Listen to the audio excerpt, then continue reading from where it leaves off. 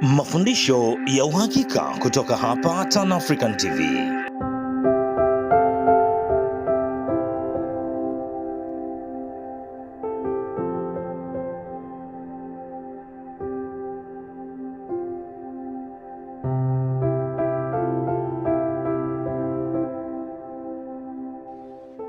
Hali gani ndugu yangu, popote pale ulipo, leo ikiwa ni siku nyingine nzuri kabisa.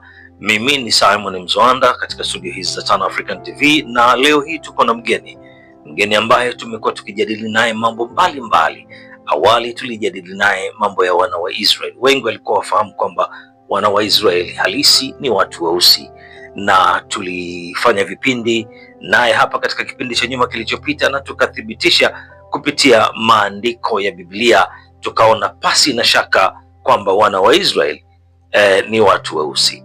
Leo hii tuna kitu kingine cha kuzungumza kuhusiana na masuala ya sheria. Tunapokwenda kwenye majumba ya ibada huko misikitini na makanisani, wengi tunasikia sheria hizi wamezipotoa. Wengine wanasema kwamba sheria zimeondolewa, zile sheria za kale hazipo tena, na wengine wanakwenda mbali kusema kwamba sheria hizo zilifutwa. Je, ni kweli sheria ziliondolewa, ama ni upotoshaji wa mashehe pamoja na wachungaji ili kuweza kujipatia riski yao kwa kupitia uongo ndani ya viunga vya nyumba za ibada? Karibu ungane nasi tunapokwenda kukutafutia majibu. Tuko naye hapa leo ni yule ambaye tulikuwa naye siku zote, si mwingine ni dada Lucy. Ni mchambuzi mzuri kabisa katika masuala ya kibibilia, naye pia anafahamu ya kwamba Biblia hii ambayo imeletwa kama kitabu cha dini Afrika ndiyo iliyosheheni historia ya mtu mweusi. Na alitoa challenge moja, na hii challenge naitoa kwako mfuatiliaji wa vipindi vyetu.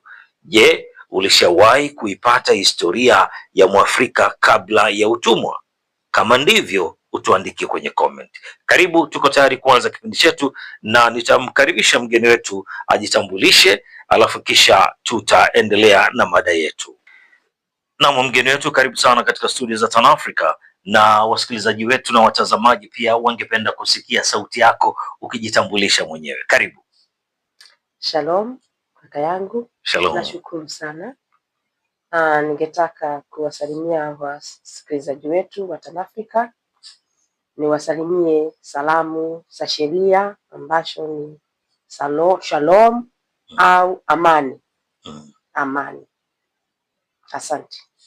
Naam, shalom ni amani, kama vile salamu alaikum wanasema amani iwe juu yako, na ni kama vile kusema kwa lugha ya kigeni peace be upon you. Naam, katika vipindi kadhaa vilivyopita tuliweza kuzungumza mambo mengi yakiwemo masuala ya kuwafahamu wana wa Israeli. Leo hii baada ya uchambuzi wa muda mrefu tumekuja kuzizungumzia sheria. Dini za mabeberu zilizoletwa katika bara la Afrika, yani Ukristo na Uislamu, ambao umewafanya watu wengi kuwa wenda wazimu. Dini moja inakubali kula nguruwe kama kitoweo, dini nyingine inakubali kula nguruwe lakini kwa siri, tena katika nyakati za shida. Muislamu anakula nguruwe wakati wa shida, Qur'ani imemruhusu, na Mkristo anakula nguruwe kama sehemu ya kitoweo chake. Ukisoma kitabu cha historia ya mtu mweusi, Biblia inakataza kuliwa nguruwe wala kuliwa ngamia. Na kunayetaka kuangalia kitabu hicho, na kaangalia kitabu cha Mambo ya Walawi 11, imekueleza pale. Makatazo haya yalitolewa maalum kwa wana wa Israeli, ambao yalikuwa ni maagizo ya Mungu, maagizo ambayo ni sheria. Mkuu akitoa agizo manake ni sheria. Hayajaandikwa kwenye zile amri 10. Sawa bwana, lakini yapo, kwamba yale maagizo yapo na kuna zile sheria 10. Sasa mimi leo nataka kuangalia, je, kweli sheria ziliondolewa? Naomba utusaidie ili tupate majibu ya wazi kwamba je, sheria ziliondolewa ama sheria bado zingali zinaishi mpaka wa leo? Asante sana. Swali njema kabisa. Na sheria hazikuondolewa. Sheria hazikuondolewa, na hii tutadhibitisha kwa kitabu cha Biblia. Ndio watu wasiseme tunasema mambo yetu. Ndio. Mungu mwenyewe hajaondoa sheria, na hata mwana wake Yehusha ambao watu muita Yesu, hata yeye alikiri ya kwamba hajakuja kuondoa sheria. Ndio. Kwa hiyo sheria zimesimama kama zilivyo. Sheria zimesimama kama zilivyo. Na wanaotuaminisha kwamba sheria zimeondoka, hawa nao ni vipi? Lakini kabla ya kwenda kwa hawa wanaotuaminisha sheria zimeondoka, kwanza naomba tuthibitishe kwa maandiko hayo ya Biblia. Tukirudi mwanzo kabisa, wakati Mungu alikuwa anaumba vitu, anaumba dunia, anaumba mbingu, anaumba vitu. Tuanzia hapo. Ndio. Ilifika siku aliumba hivi vitu vyote kwa siku 6. Ndio. Na siku ya 7 akapumzika. Ndio. Hiyo siku aliitakasa kutoka hapo. Hebu tuone kwenye masomo. Watu wasiseme naongea ya kwangu. Ni Mwanzo 2:1-3. Kitabu cha Mwanzo 2:1-3 kinasema hivi. Nitakwenda kusoma kama kilivyoandikwa. Ndugu watazamaji wetu mnaotufuatilia, ni kwamba nitakwenda kusoma kitabu cha Mwanzo. Inasema hivi: hivyo ndivyo mbingu na dunia zilivyokamilika pamoja na vitu vyote vilivyomo. Siku ya 7 Mungu alimaliza kazi yake yote aliyofanya. Siku hiyo ya 7 Mungu akapumzika baada ya kazi yake yote aliyofanya. Mungu akaibariki siku ya 7 na kuitakasa, kwa kuwa siku hiyo Mungu alipumzika baada ya kazi yake yote ya kuumba. Aliitakasa hiyo siku. Hiyo siku aliitakasa na alipumzika. Yeye mwenyewe kapumzika. Tumeona baada ya siku hii kumalizika, Mungu akaitakasa. Nini kilifuata baada ya hapo? Okay, asante. Wakati Mungu ameitakasa hii siku, amepumzika. Ndio. Tutaendelea tukiona hii siku ya 7. Tunapoendelea kusoma maandiko. Ndio. Je, kuna pahali pengine hii siku imetajwa? Sisi tunastahili kufanya nini kuhusu hii siku? Tunaona kama imetajwa pia kwenye zile sheria 10. Kama kuna manabii wametaja hii siku, tutaendelea tukisoma. Sawa kabisa. Swali kubwa lilikuwa linanisumbua ni kutaka kufahamu, je, Mungu wetu ni Mungu mwenye mipangilio?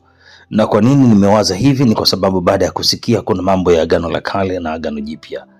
Je, ni huyu Mungu mmoja ana maagano mawili tofauti? Hebu tuelezee kidogo. Ndio tuweze kujua kama huyu Mungu ni Mungu wa mipangilio. Ndio. Tutaendelea na hilo andiko la kutoka kitabu cha Mwanzo 2:15. Ndio. Tuendelee mpaka 17. Ndio. Okay. Tuone. Mwanzo 2:15-17. Nasema hivi: Bwana Mungu akamtoa huyu mtu akamweka katika bustani ya Edeni ailime na kuitunza. Mstari wa 16. Bwana Mungu akamwagiza huyu mtu akisema, matunda ya kila mti wa bustani waweza kula. Mstari wa 17. Walakini matunda ya mti wa ujuzi wa mema na mabaya usile, kwa maana siku utakapokula matunda ya mti huo utakufa hakika. Asante. Tumeona amempa huyu mtu ambaye anaitwa Adamu sheria ama agizo. Amemweka kwenye bustani la Edeni, akamwambia asile tunda. Ndiyo. Na akikula kuna kile kitu atakufa. Na sikifu mpaka leo kimetushika kabisa. Naye mkewe, sijui ungeendelea tu kusoma hapo ama mtu ajisomee. Mkewe naye kapewa laana zake. Tutaendelea kuona hizi laana bado sisi zimetushika. Bado zipo ama zimeondolewa, kwa sababu walipewa laana wao. Sisi tunaendelea kusifuata hizi laana ama zimeondolewa. Kwa hivyo kama laana zimeondolewa ni kusema sheria ziliondoka. Lakini bado tumeandamana na laana, ni kusema sheria bado zipo. Na inabidi tutii ndio tuondokane na hizi laana.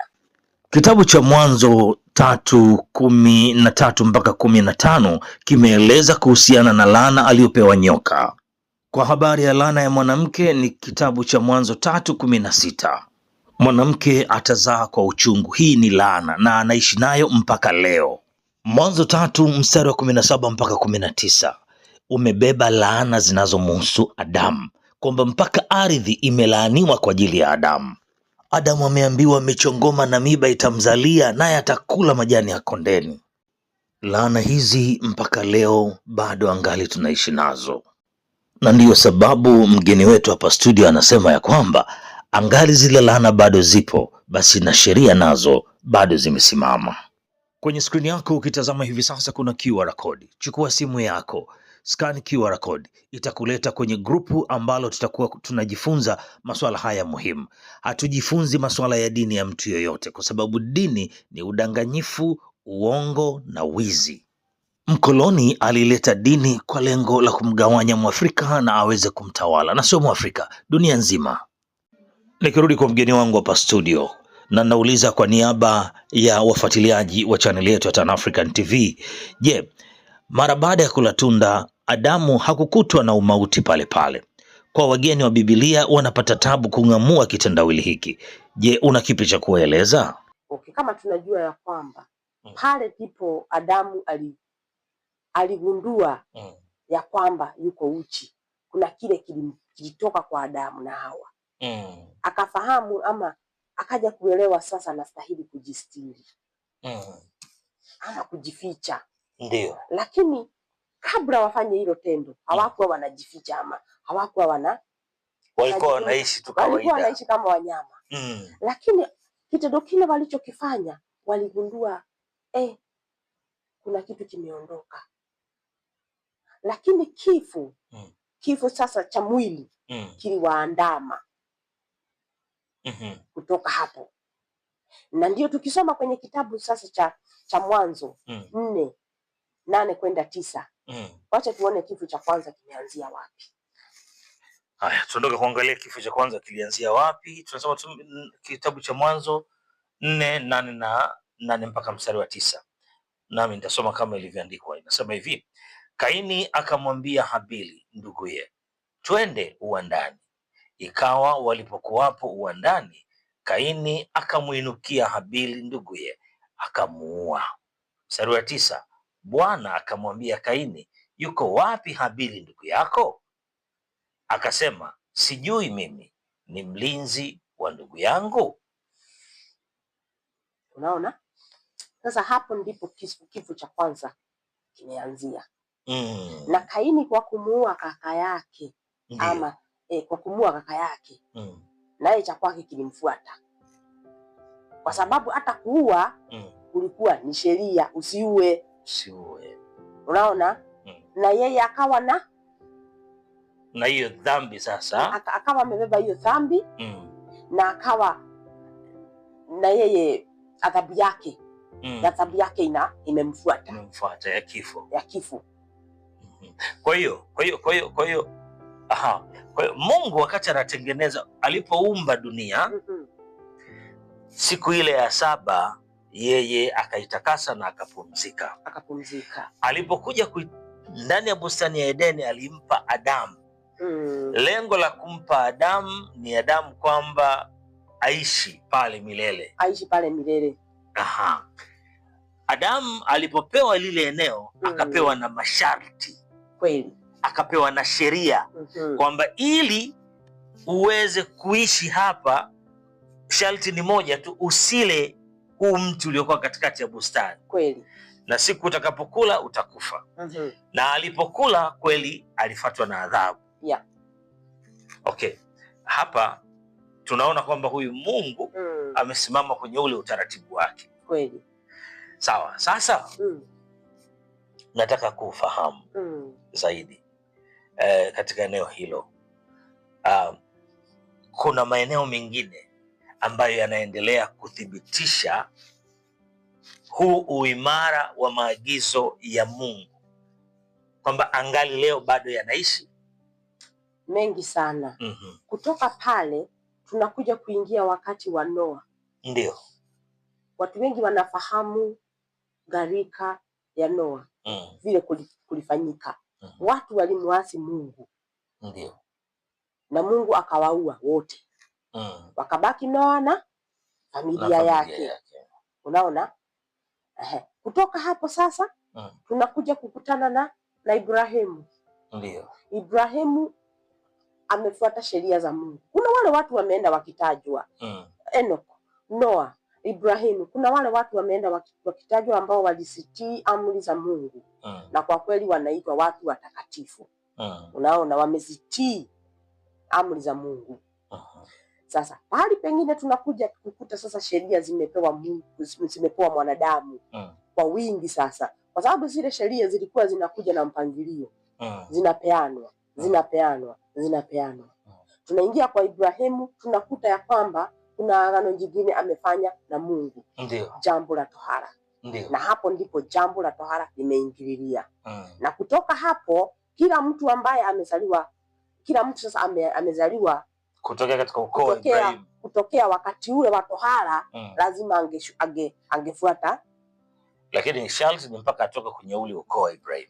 Mpaka atoke ama mpaka ajiingishe, sio lazima aingie kwenye ukoo. Hata mwenye anakuja na akubali kufanya ili agano, anaingia anakuwa kama mmoja wao. Kwa hivyo sio lazima azaliwe kwenye ukoo wa Ibrahimu. Na sasa ninapata jambo. Naona sasa kwa maana kila alichokifanya kwa Adamu, umti usile. Sawa, na siku utakapokula utakufa. Anakuja anakifanya tena kwa Ibrahimu. Hapa nitakupa wewe na uzao wako, lakini sharti lazima ufanye tohara. Lazima utairiwe. Lazima Unaona? So, na ndio tunaona sasa tumefika kwa Musa. Wana wa Israeli kutoka Yakobo wameenda Misri utumwani. Ndio. Wakamlilia Mungu. Mungu kawatumia Musa. Musa kawatoa. Kufika mlima Sinai wakapewa sheria zingine 10. Na Musa akaagizwa na Mungu awafundishe maagizo. Ungetaka tusome? Tafadhali. Kitabu ni cha Kumbukumbu la Torati 4 kuanzia mstari wa 13. Uende mpaka mstari wa 14. Haya, nitasoma kitabu cha Kumbukumbu la Torati 4:13 na 14. Inasema hivi: akawahubiria agano lake alilowaamuru kulitenda, yaani zile amri 10, akaziandika juu ya mbao 2 za mawe. Mstari wa 14, Bwana akaniamuru wakati ule niwafundishe maagizo na hukumu mpate kuzitenda katika nchi ile mtakayoivukia ili kuimiliki. Asante. Tunaona Mungu kawapa hizi sheria, kaamuru Musa awafundishe maagizo. Sasa hapa tunaingia sheria na maagizo. So zinakuwa vitu viwili ambavyo vinajenga kitu kimoja. Na haziwezi kuachana. Sasa sio sheria tu, ni sheria na maagizo. Unaona? Sasa kutoka hapo Musa Mungu akawaambia msiimbe. Na yeye Musa anakuja anawafundisha kuimba ni nini, na mipangilio ya kuimba ni vipi. Mtu akija kwako usiku, huyo ni mwizi. Lakini mtu akija mchana, huyo ako na njaa. Unaelewa? Kuzini ni nini? Musa akaja akawaelezea. Tutaendelea kuona haya mambo tukiendelea kusoma. Tunatoka kwa Musa. Huyu ni Mungu ambaye amesema haya maneno. Ndio. Na tunataka tuone kama wale ambao wanasema sheria ziliondoka. Si ni Mungu amesema haya maneno ya sheria. Ndio. Tunataka kuona kama anaweza kuyafunja ama kufunja neno lake. Kwa sababu hapo tumesoma Mungu ndiye amemuongelesha Musa. Tukisoma kwenye kitabu cha Zaburi 89 mstari wa 34. Tunataka sasa kuangalia, je, Mungu anaweza kuwa kigeugeu na kubadilisha maneno yake aliyoyasema? Si ndio? Ndio. Haya, umenipa kitabu cha Zaburi 89 na mstari wa 34. Haya, nitakwenda kusoma kitabu cha Zaburi 89 na mstari wa 34. Nasema, mimi sitalivunja agano langu, sitalibadili neno lililotoka midomoni mwangu. Mimi sitalihalifu agano langu, sitalibadili neno lililotoka midomoni mwangu. Hichi ni kitabu cha Zaburi 89 na mstari wa 34. Kwa hiyo Mungu ameahidi hatobadili chochote, hawezi kutoa kitu kingine chochote. Uthibitisho mwingine ni kutoka kitabu cha Mathayo 5:17. Na hapa tunakuta ni Yahusha anaongea. Ndio. Sasa watu wengi husema ya kwamba yeye Yahusha amekuja kusiondoa sheria. Sasa ni vizuri yeye ajisemee kama alikuja kuziondoa ama watu wanapayuka tu. Naomba tusomee 5:17. Msidhani kuwa nimekuja kutengua sheria na mafundisho ya manabii.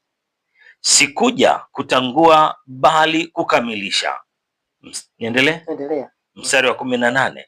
Kweli nawaambieni, mpaka hapo mbingu na dunia zitakapopita, hakuna hata nukta moja au sehemu ndogo kabisa ya sheria itakayoondolewa mpaka yote yametimia. Asante. Watu wanasoma msidhani nimekuja kuondoa sheria. Ila nimekuja kutimiliza. Wanafika hapo. Lakini wanasahau imeendelea kusema kama nchi na mbingu zimesimama, hakuna nukta moja itakayoondolewa kwenye sheria. Na leo kwani tumekanyanga wapi? Si tumekanyanga ardhi? Ndio. Na si tunaona ile ni mbingu. Ile mbingu bado ipo. Kwa hiyo bado sipo. Kwa bado sheria zipo, zimesimama. Sheria bado zimesimama. Sasa hawa wachungaji wanapata wapi ujasiri wa kudanganya watu? Wamedanganywa na Waroma. Nao wakashindwa kujisomea kwa sababu ni masomo tunasoma haya kutoka kwenye Biblia ambao wanahubiri nazo. Na mpaka mtu aone mbingu na dunia hazipo. Sasa anaweza jiweka nguvu sheria imeondoka. Lakini kama umesimama hapo, umesimama na unaona mbingu, sheria bado imesimama. Bado ipo. Na haiendi pahali.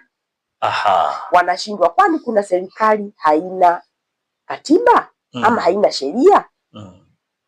Kila serikali ina sheria, na ndivyo pia Mungu yuko na sheria zake. Kama unataka yeye awe juu yako, utii sheria zake.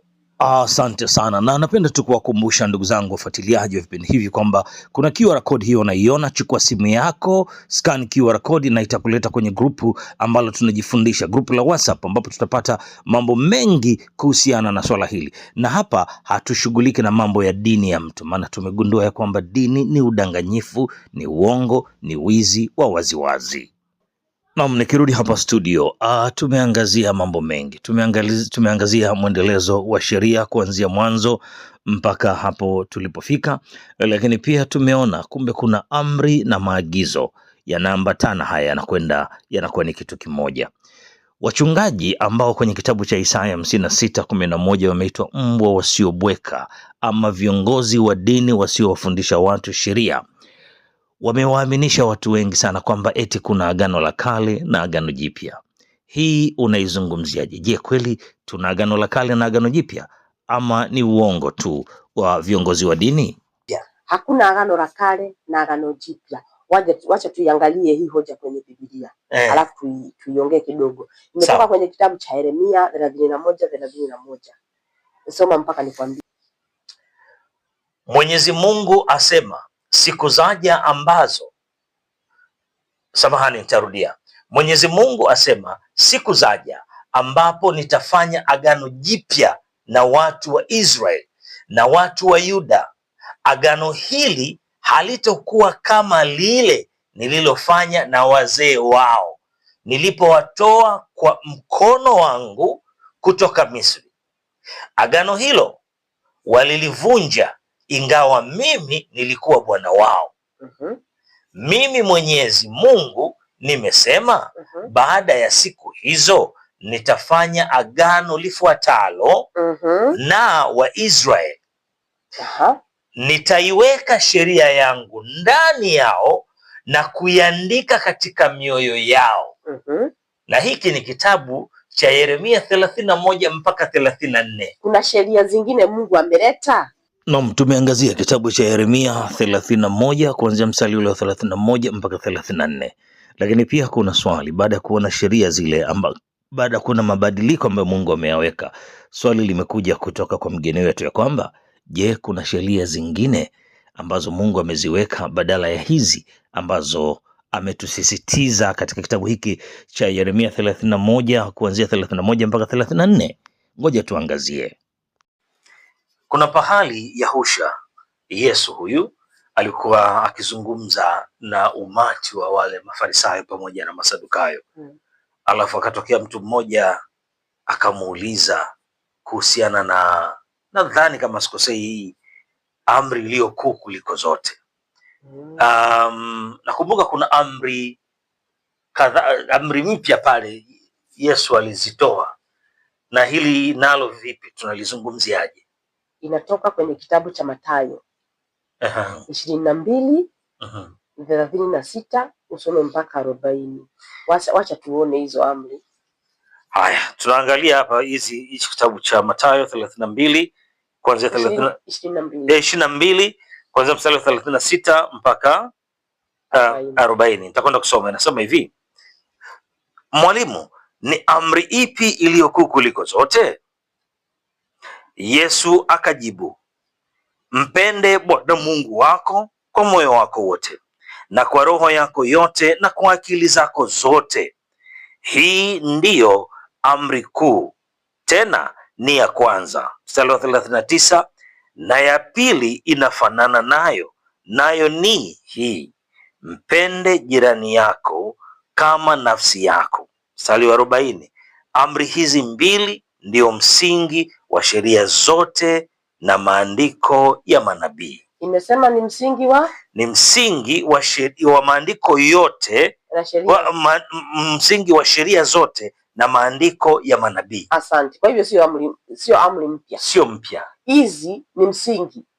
Kwa nini anasema ni msingi? Zimesimamia sheria 10. Zile sheria 10, ukisoma sheria 4 za kwanza ni kukuhusu wewe kama mwanadamu na Mungu wako. Ndio. Mpende Mungu wako, usiwe na miungu mingine, usilitaje jina la Mungu ofyo ofyo, utii Sabato. Kwa hiyo kwa kumpenda Mungu utoyafanya hayo. Utakuwa na miungu mingine, utatii. Ndio. Utatii sheria kati yako wewe na Mungu wako. Huko ndiko kumpenda Mungu wako. Nako kumpenda jirani yako ni kutii hizi sheria zingine 6. Utomnenea uongo, utamuibia mke wake, utamuua, utamuimbia chakula chake, utamuongelea uongo. Hapo ndivyo hizi sheria 2 zinasimamia. Na unasikia ni msingi.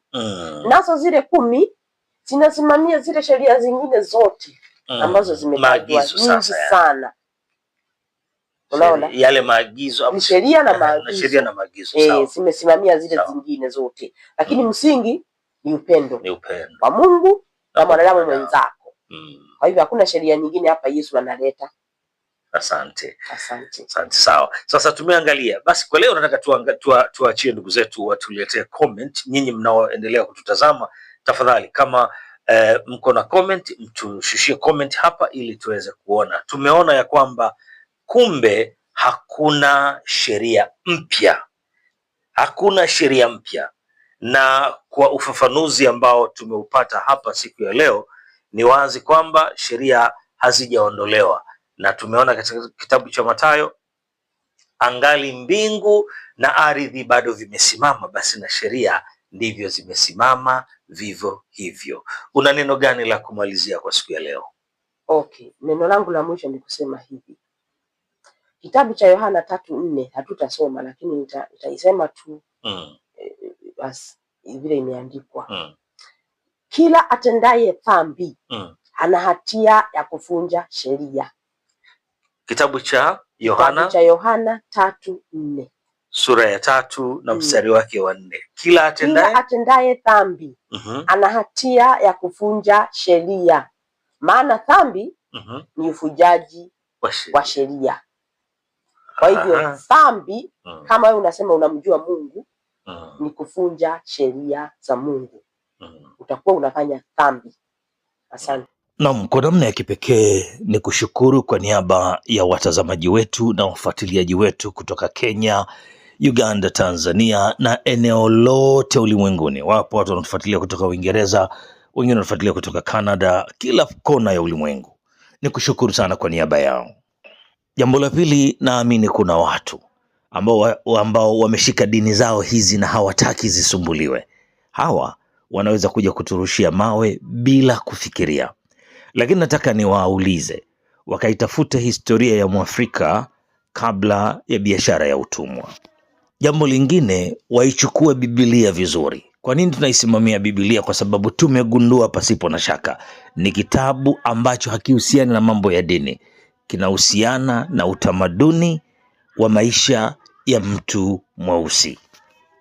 Na hiyo Biblia ndiyo chimbuko la vitabu vinavyotumiwa na wahaini, wazungu na Waarabu walioleta Ukristo na walioleta Uislamu Afrika, ulioingia kwa mtutu wa bunduki, si kwa hiari ya Waafrika wenyewe.